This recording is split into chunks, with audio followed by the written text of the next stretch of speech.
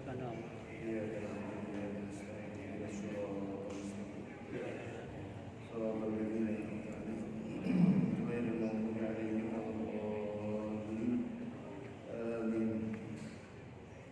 Al-Fatihah yang kedua kita khususkan untuk orang tua dari guru kita Ustaz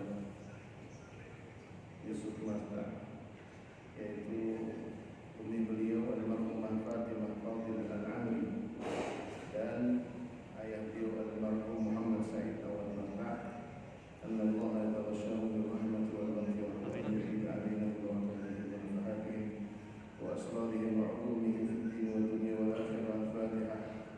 Alhamdulillah bismillahirrahmanirrahim. Alhamdulillah rabbil alamin arrahmanir rahim maliki yaumiddin iyyaka na'budu wa iyyaka nasta'in ihdinas siratal mustaqim siratal ladzina an'amta 'alaihim ghairil maghdubi 'alaihim waladdallin amin. Bismillahirrahmanirrahim. Assalamualaikum warahmatullahi wabarakatuh. Waalaikumsalam warahmatullahi wabarakatuh. Alhamdulillah wassalatu wassalamu ala sayyidi Rasulillah wa ala alihi wa ashabihi wa man wala wa la hawla wa la quwwata illa billah.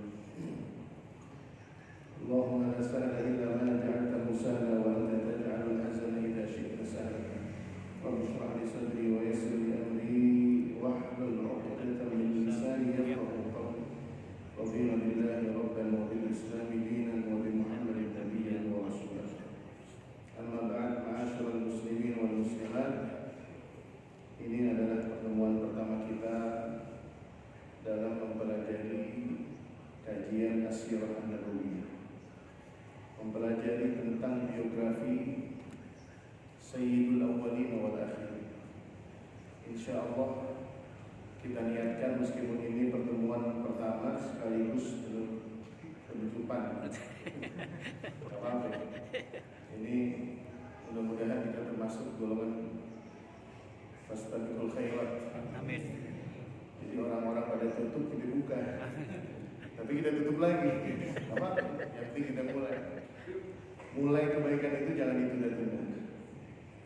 Tidak amsayta fala tantadhiri fala tantadhir as-sabah wa idza asbahta fala tantadhir as-masa. Kerjaan setan itu memang menunda.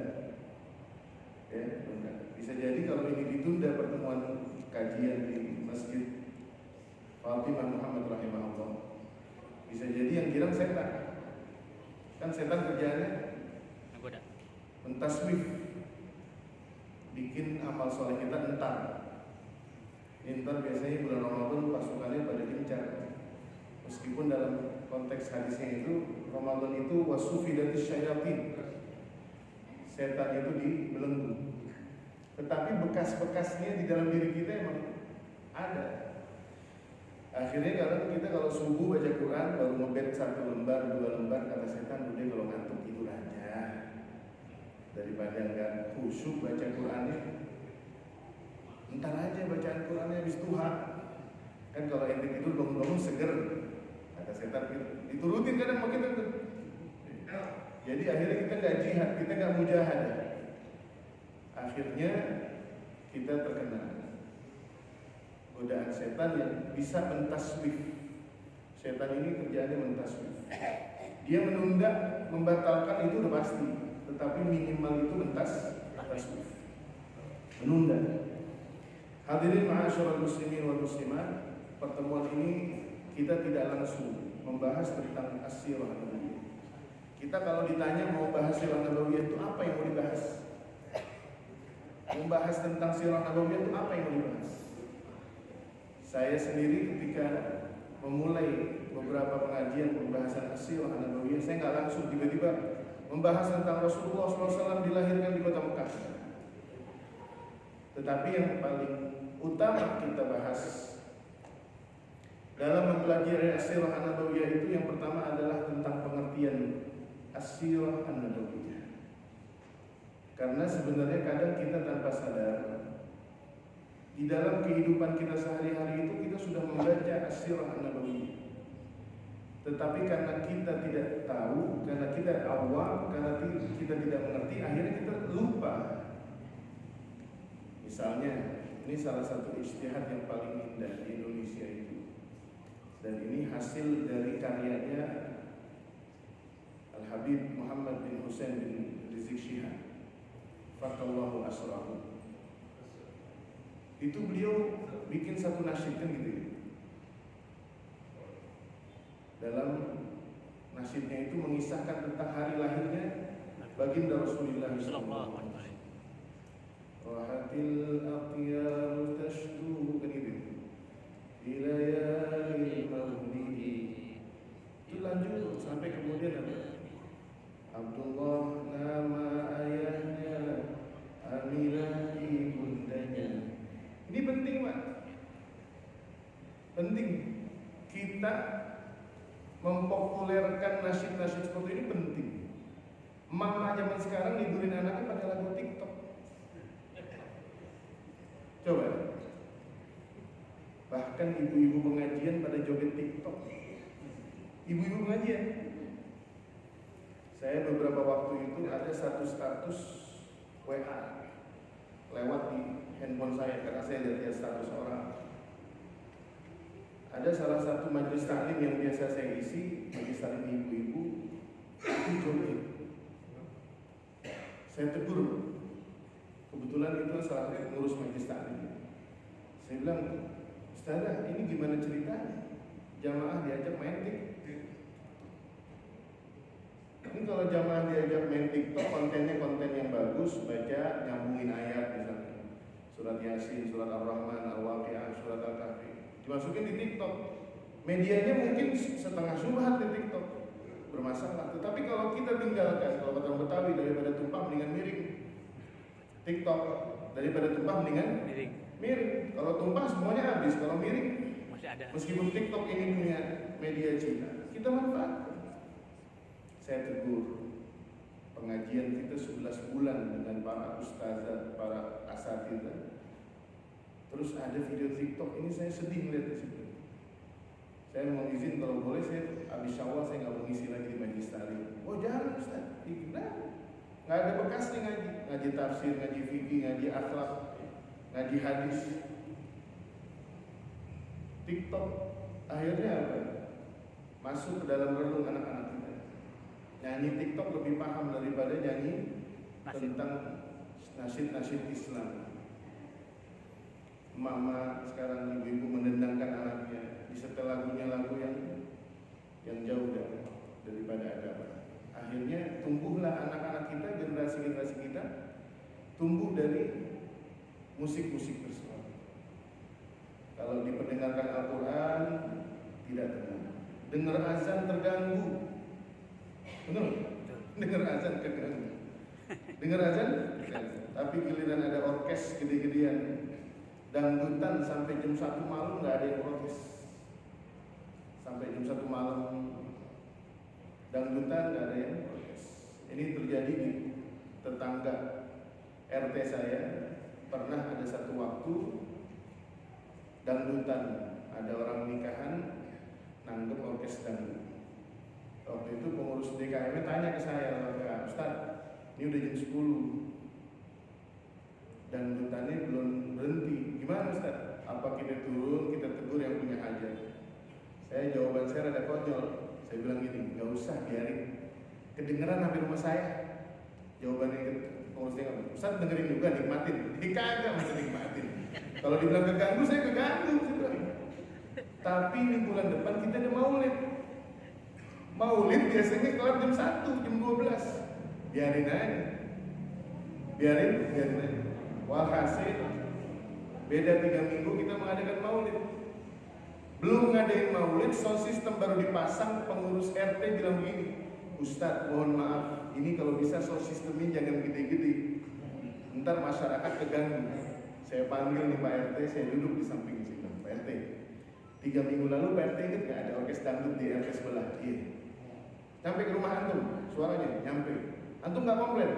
Enggak ada yang komplain. Enggak, antum jangan warga, antum komplain nggak?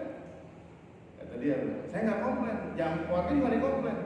Besok Kita mau ada maulid, kagak ada biduannya yang joget-joget, kagak ada auratnya, kagak ada maksiatnya. Kalau sekarang Pak RT komplain, saya mau mempertanyakan 3 minggu lalu ada dangdutan sampai jam 1 malam. Itu saya tungguin tuh orkes dangdut baru selesai jam 1. Saya ingat banget. Jam 12 kurang 5, jam 12.50 baru berhenti tuh suara.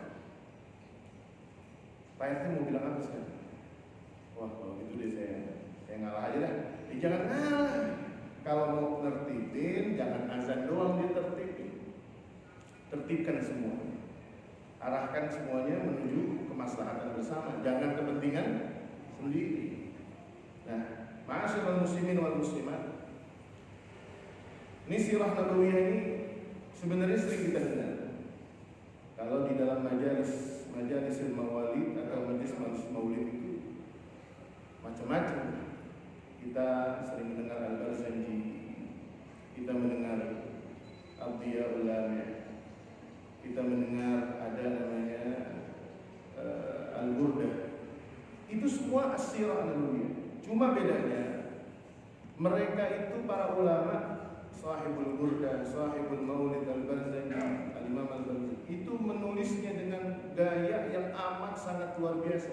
Dengan apa Ustaz? Dengan menggunakan bait-bait syair. Ini nggak gampang. Sebagaimana kita orang Indonesia kalau suruh bikin pantun belum tentu bisa.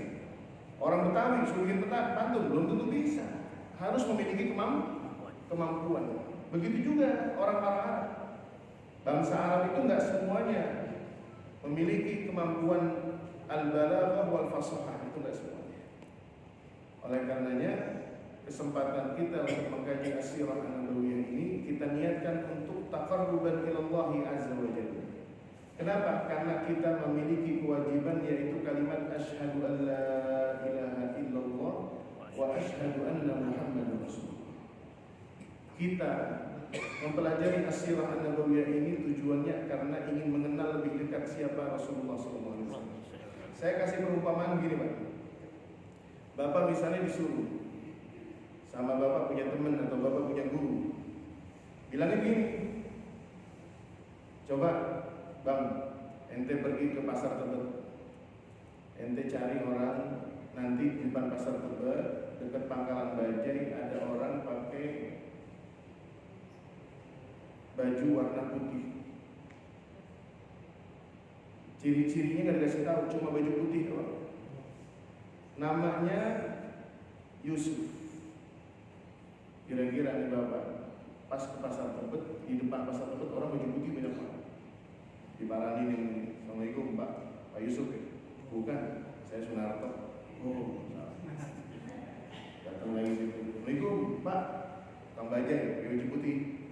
Kang Bajai, Assalamualaikum Pak, mana Bapak Yusuf?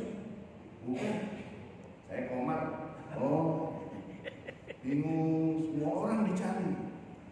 Yang namanya Yusuf, semua baju putih ditanya. Dia tidak dibekali siapakah Yusuf itu. Bagaimana orangnya, bagaimana perangainya, bagaimana tanda-tanda fisiknya. Apakah dia pakai peci, pakai topi, atau dia pakai sorban, atau dia pakai gamis putih, atau dia pakai uang. Kalau kita dikasih tahu detail, ente temuin orang di depan pasar Tebet namanya Yusuf. Dia pakai peci kopiah hitam, tapi khas Aceh.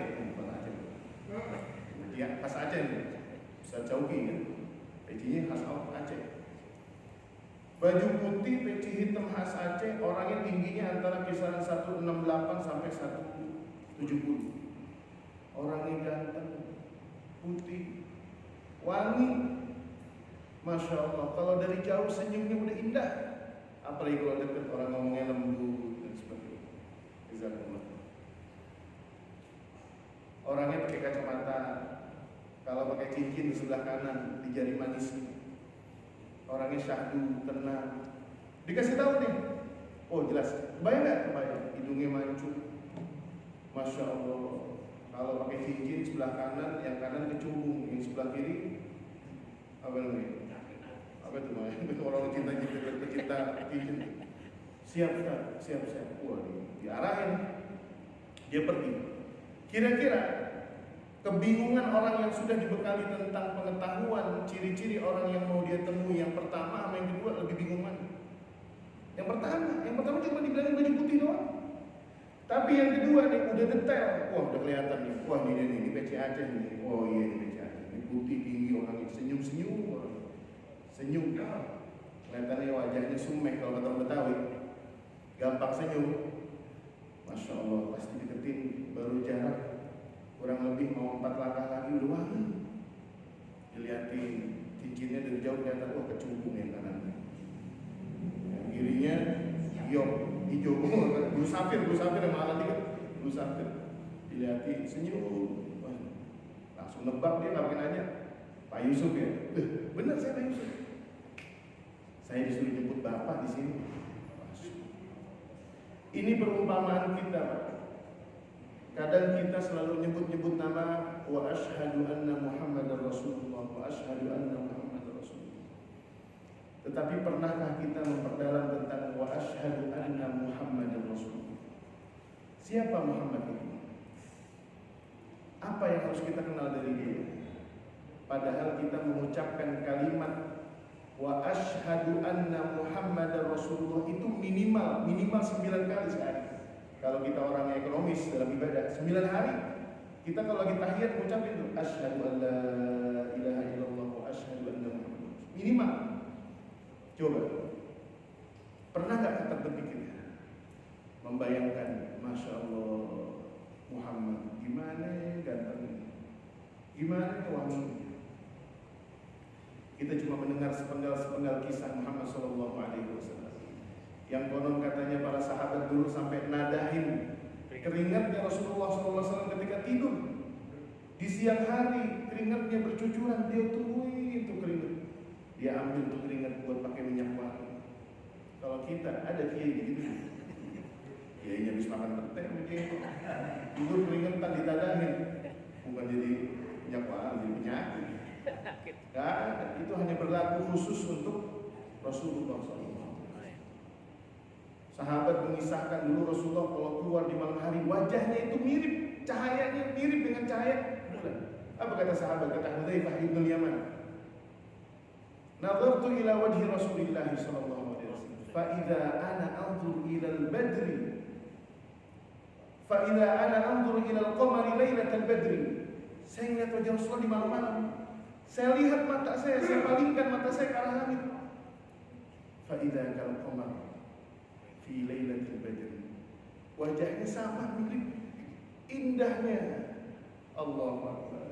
Ini kira-kira kalau kita ditanya di akhirat nanti kita nggak pernah boro-boro kita baca sirah nabawiyah, boro-boro kita baca sholawat biar banyak. Sholawat kan nggak pernah dibatasin. Satu-satunya ibadah yang nggak pernah dibatasi dalam agama, fadzkurullaha dzikran katsiran. Nggak ada. Semampu kita. Nah, oleh karena ini kita ada kesempatan di majelis ini, mudah-mudahan semua pihak, para muassis, para muwaqif, keluarga yang mewakafkan majelis ini untuk pengajian kita membahas as-sirah nabawiyah. Kita kelak akan diperkenankan oleh Allah Subhanahu wa taala bertemu dengan baginda Rasulullah sallallahu alaihi wasallam. Kita baca nanti nih dari yang awal-awal muqaddimahnya kita baca. Nanti setelah itu kita bahas pembagian sirah nabawiyah itu ada berapa. Bahas dari awal Rasulullah itu masih di dalam perut. Rasulullah lahir, Rasulullah tumbuh menjadi anak-anak, menjadi remaja. Kita niatkan mudah-mudahan Allah berikan kita panjang umur. Amin ya Allah. Yang berkah, sehat usia, dan insya Allah kita bisa menghatamkan sirah nabawiyah ini sampai akhir. Kalau kita mempelajarinya, kita berusaha minimal kita mencoba mengenal Rasulullah Sallallahu Alaihi Wasallam. Kalaupun nanti ketika kita sampai di akhirat, kita ingin minum dari telaga Kausar, kita dari jauh udah tahu ini Rasulullah. Ini Rasulullah yang dulu saya baca sirahnya, ini dulu Rasulullah yang saya baca tentang biografinya, ini Rasulullah Sallallahu Alaihi Wasallam. Ya Allah, ini kesempatan luar biasa. Ma'asyiral muslimin wal muslimat yang dimuliakan Allah Subhanahu wa taala. Mungkin pertemuan ini saya akan menjadikan sebagai muqaddimah yang pertama. Karena sejujurnya muqaddimah kalau belajar sirah nabawiyah sama saya, muqaddimahnya ada 4 pertemuan. Sengaja saya menekankan dalam muqaddimah ini penting. Saya punya tradisi Dan ini ditekankan oleh guru-guru saya dulu ketika saya belajar. Mereka selalu berwasiat kepada saya, sebelum kamu baca buku, kamu baca muqaddimah. Muqaddimah itu penting. Kenapa? Karena kalau kita membaca buku tanpa membaca muqaddimah itu, kalau ibarat orang jalan itu serampangan, nggak pakai baca peta, nggak tahu rambu-rambunya, jalan ini terbakalan ke kanan, bakalan ke kiri, bakalan lurus, bakalan berhenti. Ini muqaddimah. Sebagus apapun pemahaman seseorang dalam satu kitab, tetapi dia tidak menguasai muqaddimah, ini biasanya ada banyak hal-hal yang ditulis oleh muallif, oleh pengarang buku, tetapi dia tidak mengerti. Akhirnya apa? Metodenya tidak didapatkan, hasilnya tidak didapatkan.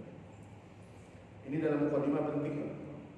Dalam muqaddimah penting. Ini dalam dunia metode pengajaran Al-Quran saja, kan kalau di Indonesia udah ramai banget ya. Ada iqra, ada qiraati, ada tilawati, betul? Ada ummi, ada tabarok, ada abatasa.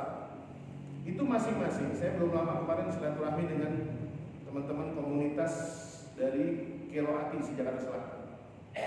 Saya bukan pengajar qiraati, tapi saya waktu itu diundang. Saya tanya, Ustaz, kebetulan ada Ustaz, ada Kiai Haji Effendi, beliau koordinator qiraati Jakarta Selatan, tinggalnya di Bangka. Sebenarnya apa sih, Ustaz? Kenapa metode-metode Quran itu merebak? Kata beliau, sebenarnya semua sama, tujuannya mempelajari Al-Quran, tetapi metode pendekatannya itu berbeda. Dan ini penting. Begitu juga sirah nabawiyah. Banyak buku sirah nabawiyah yang ingin mengajarkan kepada kita, mencoba mengenalkan tentang baginda Rasulullah SAW, tetapi terkadang metodenya itu tidak mudah dicerna. Akhirnya apa? Akhirnya banyak orang-orang itu ketika menitik beratkan pemahamannya, pembacaannya tentang sirah nabawiyah itu di titik yang salah. Baca sirah nabawiyah, ngaji, ujung-ujungnya semangat poligami. Waduh, pas bahas poligami ini diajak, mah besok minggu depan ngaji mami. Mana? Penting pembahasannya tentang sirah nabawiyah. Ustadznya dijebak. Akhirnya Ustaz jadi korban. Kagak bener Ustaz Atik, kagak bener Ustaz Atik, kagak bener. Ngajar ini kagak bener. Kenapa? Ngaji sirah nabawiyah buat pas tentang poligami. Padahal saya ngajar udah 2 tahun yang lalu. Ngajar. Terus sampai pas bab Rasulullah Khadijah meninggal. Setelah itu ada Isra Mi'raj. Masuk bab itu kan panjang tuh bab itu. Pas kemudian ada bab Rasulullah SAW nikah dengan istri yang kedua. Aisyah. Hah? Aisyah. Bukan, istri yang kedua setelah Khadijah bukan Aisyah. Nah, ini nih. Berarti nanti kita luruskan nih. Ya? Istri kedua Rasulullah bukan Aisyah. Nanti kita akan bahas. Mungkin tahun depan ketemunya tuh, Bang. Makanya jangan kemana-mana. Iya. Istri kedua Rasulullah bukan Aisyah. Ini sebabnya kenapa dalam muqaddimah itu penting. Dalam sirah nabawiyah itu jangan putus-putus. Makanya Pak, ya, habis lebaran, habis Syawal, jangan ada yang bolos di ngaji saya. Datang Selasa malam Rabu jangan. Ntar setengah-setengah masalahnya. Setengah. Baik, muqaddimah yang pertama pada malam hari ini kita membahas tentang pengertian as-sirah an-nabawiyah. As-sirah an-nabawiyah. Ini ada 2 kalimat dalam kalimat. Kita pecah. Kita rangkai menjadi as-sirah dan an-nabawiyah. Kita pisahkan. As-sirah ini sendiri dari kata sara yasiru siratan. Bahasanya ini kalau orang Arab mengatakan thariqah, jalan. Dalam bahasa lain thariq, jalan, bahasa Arab thariq. Dalam kata lainnya muradifnya adalah masa, rel. Jadi kalau orang Arab bilang rel kereta api itu bukan thariqul qitar, bukan, tapi masarul qitar. Jalur. Nah, jalur yang kita pelajari ini adalah jalan hidupnya Rasulullah SAW. An-Nabawiyah nisbah kepada An-Nabawi. Dan ini ittafaqa alaihi ulama. Disepakati oleh para ulama ketika ada istilah An-Nabawi atau An-Nabawiyah, berarti itu mustalah yarji'u ila An-Nabi sallallahu alaihi wasallam. Mustalah yang digunakan untuk Nabi besar Muhammad sallallahu alaihi wasallam. Kalau kita disebut nama, sekarang posisi lagi di mana? Lagi di Madinah. Lagi sholat di mana? Di Masjid Nabawi. Berarti yang dimaksud adalah masjidnya siapa? Nabi besar Muhammad sallallahu alaihi wasallam. Ada kajian namanya kajian Tibbun Nabawi. Misalnya, kali aja ntar Ustaz Zaidul Akbar kita undang kemari. Misalnya, biasanya nih kalau urusan-urusan penyakit yang datang lebih banyak daripada urusan ilmu. Biasanya begitu, coba Ustaz Zaidul Akbar penuh kan? Karena apa? Yang datang pada sakit semua. Maksudnya apa? Pengen cari obat gitu. Ini saya asam urat obatnya apaan? Ya kan? Vertigo obatnya apaan? Maksudnya gitu. Jarang-jarang ketemu orang dokter seperti beliau. Kebutuhan kita terhadap ilmu itu luar biasa. Nah, oleh karenanya ketika kita membahas tentang mukadimah ini penting. Jangan sampai nanti setengah-setengah pemahamannya. As-sirah an-nabawiyah berarti adalah jalan kehidupan, jalan kisah kehidupan Rasulullah atau kisah perjalanan hidup Rasulullah SAW. Adapun di dalam istilah, nah ini dalam istilah beda-beda nih. Kita akan membahas di sini ada beberapa. Yang pertama, ada ulama dari kalangan sejarah yang mengartikan as-sirah an-nabawiyah adalah akhbarul Mustafa sallallahu alaihi wasallam wa maghazihi. Ini menurut ulama ahli sejarah.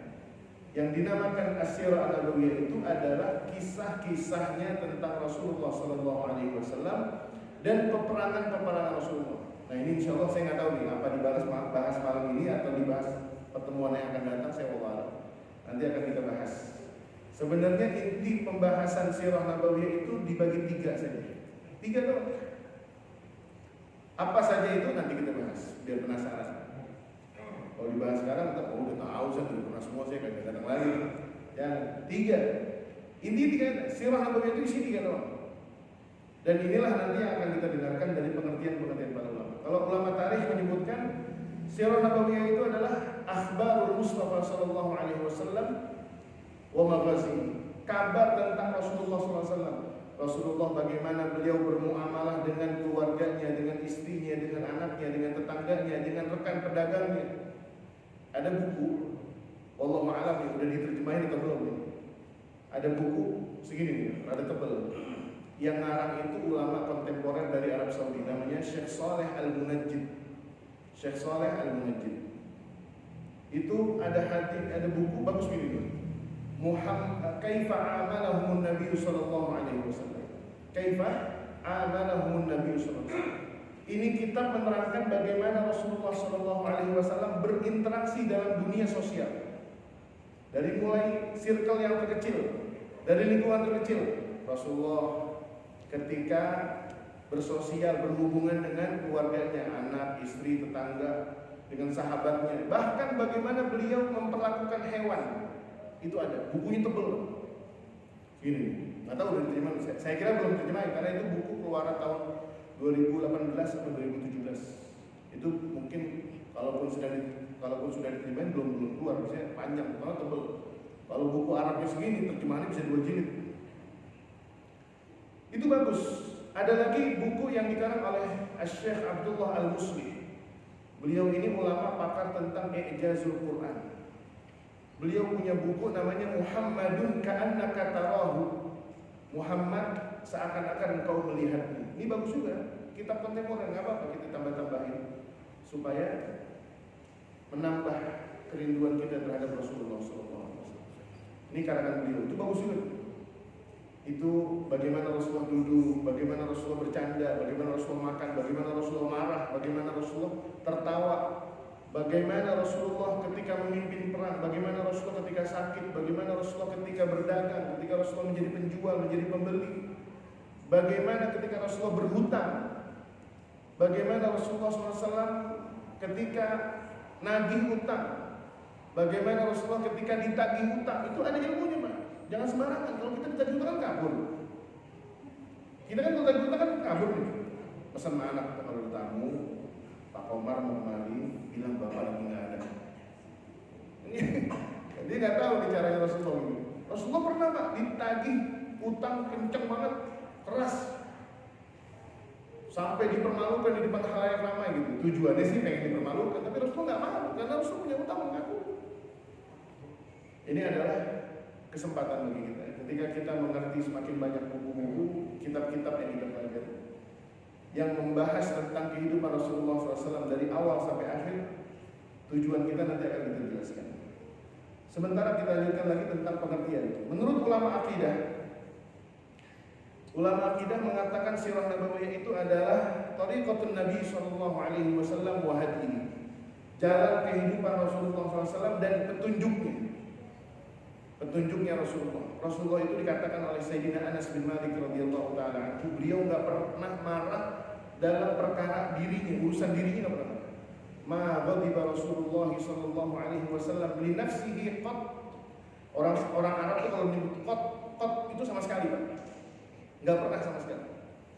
Dulu pernah Sayyidina Anas bin Malik radhiyallahu taala anhu disuruh pergi ke pasar untuk beli sesuatu. Nyuruhnya siang. Sampai sore kagak balik-balik. Anas bin Malik kan khadimu Rasulillah, pembantu Rasulullah. 10 tahun beliau membantu. Masih kecil, masih gini. Masih pipi gini. Masih kecil. Ibunya Anas bin Malik, Ummu Anas, ketika Rasulullah baru datang, bahkan dalam riwayat disebutkan itu Rasulullah belum punya rumah. Belum tinggal di Masjid Nabawi yang akhirnya menjadi Masjid Nabawi. Dulu baru masuk setelah dari Kuba, sebulan kemudian mencari tempat untuk dibangun masjid. Ketika Rasulullah baru beberapa hari di Madinah, Ummu Anas sudah menawarkan anaknya sebelum ini. Ada riwayat yang mengatakan Anas itu diserahkan umur 6 tahun, ada riwayat menyebutkan 10 tahun. Nanti kita akan bahas. Ada karena perhitungan itu. Ketika diserahkan oleh siapa? Ummu Anas. Ummu Anas ini menunjukkan bagaimana khidmah kepada sosok ulama seperti Rasulullah SAW itu jauh lebih berkah. Kadang ada orang nyari ilmu sampai bangkot, Pak. Tahu nggak bangkot? Sampai tua nyari ilmu ngaji, tapi sama gurunya nggak pernah berkhidmat. Kadang kita lihat santri itu ada yang nyomot berkah-berkahnya ilmu dari apa? Ngambilin air guru, ngerapiin sendalnya guru mau pulang nggak ada payung, guru ini saya anterin.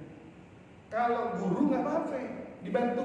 Tapi kalau hakim jangan, apalagi besanan, repot. Bener, Pak. Al-Imam Al-Mawardi dalam kitabnya Adabul Qadhi, itu ada buku namanya Al-Mawardi. Seorang hakim itu tidak boleh menerima bantuan dari seseorang manapun, meskipun dia bukan yang terdakwa. Dia lagi nggak punya nih. Hakim pulang kerja, mau nyebrang, hujan, ada orang nawarin, Pak, saya ada payung nih Pak, bareng aja Pak sama saya. Kalau dia seorang hakim dalam Islam, dia nggak boleh menerima fasilitas itu, meskipun dari orang yang dia tidak kenal, apalagi yang dia kenal. Oh, dia lagi perkara nih, gimana Pak? Biaya kuliah anak Bapak 4 tahun kedokteran beres. Ditawarin hakim. Bingung juga nih hakim, kata hakim boleh juga nih. Mahal. Biaya kedokteran ditanggung. Kenapa kata Imam Al-Mawardi? Bisa jadi itu orang yang sudah qaddama ilaihi al-ihsan. Baru nawarin doang nih, nawarin, terus dipakai tuh payung. Suatu saat nih orang ketemu di meja persidangan. Ditanya, saya pernah ketemu sama Anda ya? Iya Pak Hakim. Saya yang dulu minjemin payung sama Bapak. Wah, goyang nih hakim hati. Oh iya, payung doang. Gimana jadi besan? Puyeng Pak. Wah, panggilnya abang lagi sekarang.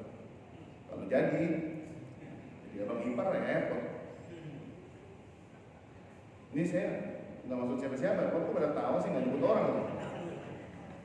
Ini misalnya RT nikah, adiknya RT kawin sama ya hakim, kan Pak Hakim jadi nggak enak sama Pak RT ini kan. Besok-besok Pak RT kalau nyuruh-nyuruh ke Pak Hakim jadi enak, pada RT doang. Nah ini Pak, pentingnya kita ketika bagaimana kita menerima petunjuk dari Rasulullah SAW. Bagaimana Rasulullah SAW ketika menghadapi istrinya lagi ngambek? Waduh, kalau orang Betawi ngadepin istri ngambek ada caranya. Orang Betawi kalau istri ngambek diajak ke pasar emas. Katanya begitu. Ibu-ibu baru ketawa. Saya sih katanya doang ini, tapi saya belum pernah. Karena istri saya sering GoFood aja udah baik. Iya. Ini orang Betawi dulu kalau bini ngambek diajak ke pasar emas. Wah. Iya, toko emas maksudnya kan, toko emas kalau di Norway kan pasar semua. Ujung-ujung toko emas semua. Nyobain giwang yang 10 gram. Kanan kiri berarti 20 gram. Anting yang panjang menjulur yang 5 gram. Cobain tes. Mana mah? Cocok nggak? Cocok ya. Ya udah taruh dulu deh. Ini nggak beli, nyedengin doang. Itu udah badannya udah enak, akhirnya enak, copot lagi sakit. Orang Betawi nih, orang Betawi. Jadi nyedengin doang tuh, disedengin doang. Cincin, cocok nggak nih? Cocok. Dibalikin lagi. Ada nih Syed. Ini pengertiannya. Sedikit ya, kita tambah sedikit.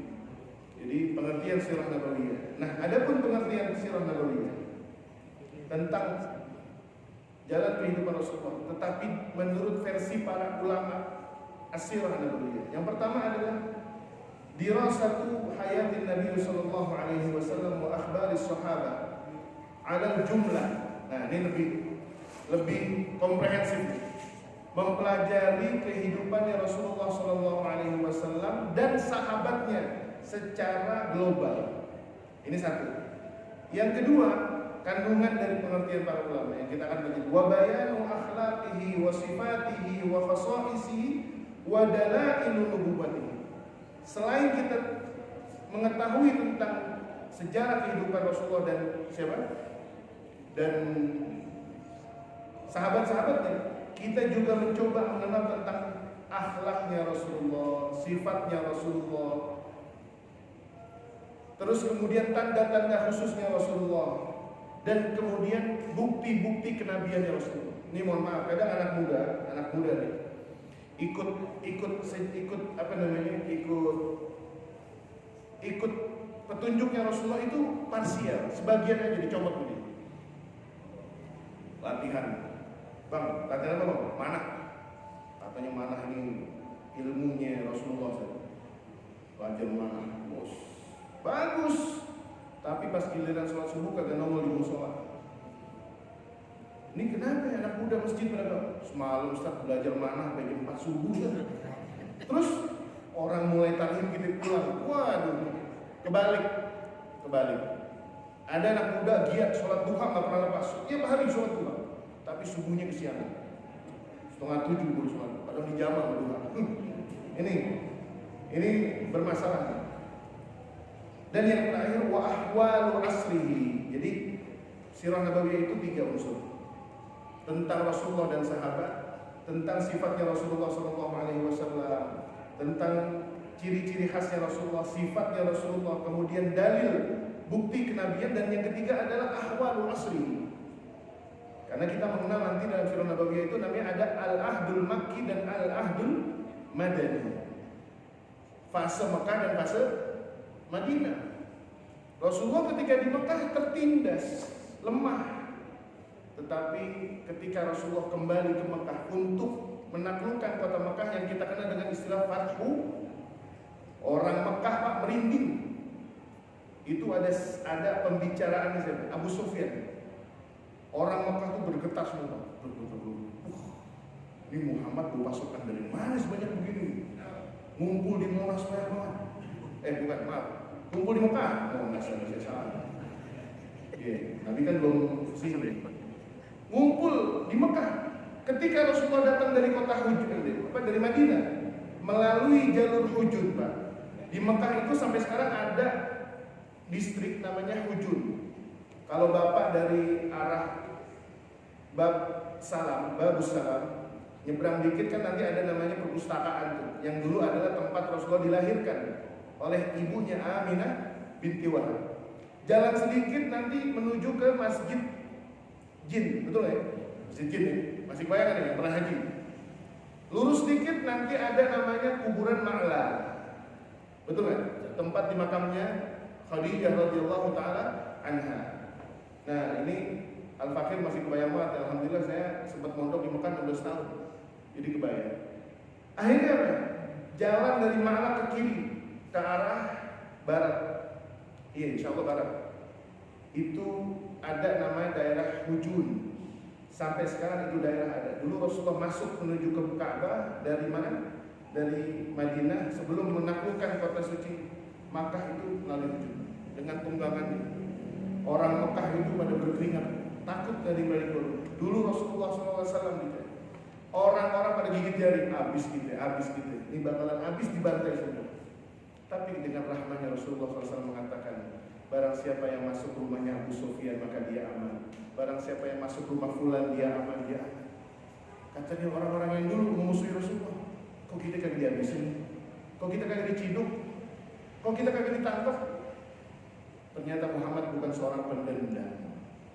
Muhammad bukan seorang pendendam.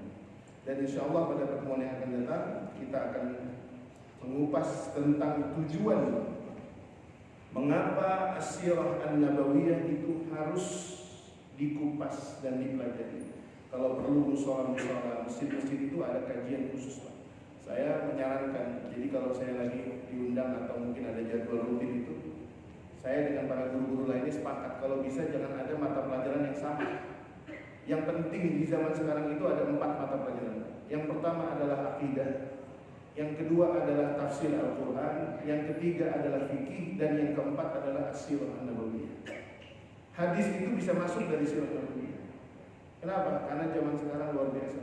Embel-embel agama sudah mulai dipelajari dan ini bahaya. Kalau kita tidak memiliki fondasi akidah, nanti akan menyebabkan generasi-generasi kita yang akan datang tidak mengenal arah tujuan mereka dalam menjalankan agama. Allah